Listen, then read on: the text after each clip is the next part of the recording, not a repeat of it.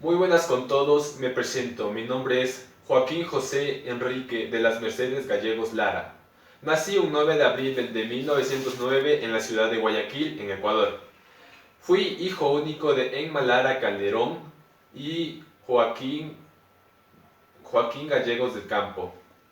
Mi padre era un reconocido escritor y político liberal, quien participó en la campaña de Bulubulu y resultando ser de los héroes revolucionarios más admirables.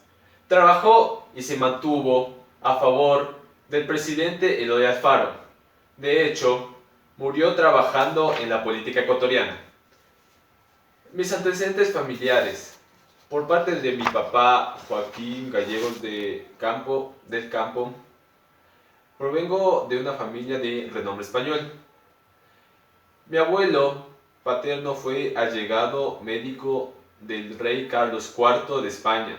Mi abuela Antonia Luna y Alza fue conocida por pertenecer a uno de los altos grupos sociales existentes de la época. En cuanto a los antecedentes maternos, por parte de mi madre, fui familia de uno de los próceres que comandó el ejército patriota contra el bando español. Lamentablemente nací con una grave lesión en la columna vertebral que me atrofió las piernas. La lesión me impedía caminar, teniendo como única forma de movilización el tener que arrastrarme. Por eso no era considerado un niño normal. Mi invalidez me impidió ir al colegio y jugar con los niños de mi edad, por lo que tuve que realizar mis estudios dentro de casa. El gusto por la lectura y las letras de los idiomas me hizo un eficaz autodidacta a lo largo de mi vida. Llegué a dominar casi perfectamente lo que es el ruso, el francés, el alemán y el italiano. A los 15 años comencé a interesarme por la poesía y un año más tarde comencé a realizar mis primeras publicaciones con una tendencia por la temática sentimental. Mis primeras publicaciones, letras y números, páginas selectas y las ilustraciones, aparecieron en la reconocida revista literaria Variedades. En 1927, mi amplia cultura y mi personalidad peculiar llamaron la atención de jóvenes de la época. Muchos de ellos resultaron ser interesados por mis obras y se reunían conmigo a debatir y conversar sobre distintos temas sociales. Mediante largas tertulias pude conocer a Demetrio Aguilera Malta y Enrique Gilguiber. De esa gran amistad surgió la obra Los que se van, que fue escrita en 1930. A los 21 años me convertí en jefe de la generación literaria de índole realista con cierto grado de denuncia social, lo que causó revuelo en la conservadora sociedad de la época. Nosotros los tres escritores estábamos formándonos para ser los primeros precursores del realismo social en Ecuador. Posteriormente se unieron al grupo Alfredo Pareja Descanseco y José de la Cuadra. Esta agrupación de escritores, ahora formada por 5 miembros, creó el Grupo de Guayaquil como uno de los más conocidos en la literatura y letras en el Ecuador. A partir de 1931, me integré al Grupo Juvenil Comunista. Desde la creación, el movimiento se encargó de estar presente en las luchas populares, ejerciendo influencias entre los jóvenes estudiantes y trabajadores del Ecuador. El grupo se caracterizó por seguir un programa similar al del Partido Comunista de Ecuador. Dentro del movimiento comunista estuvo presente en grandes combates junto al pueblo ecuatoriano, difundiendo las consignas de la Revolución Bolchevique de 1917. Me gané al pueblo con mi carisma y mi disciplina. y fui visto como uno de los héroes de las luchas sociales. Años más tarde conocí a Nela Martínez Espinosa cuando estaba más involucrado en la política. Años siguientes iniciamos una relación de pareja formal.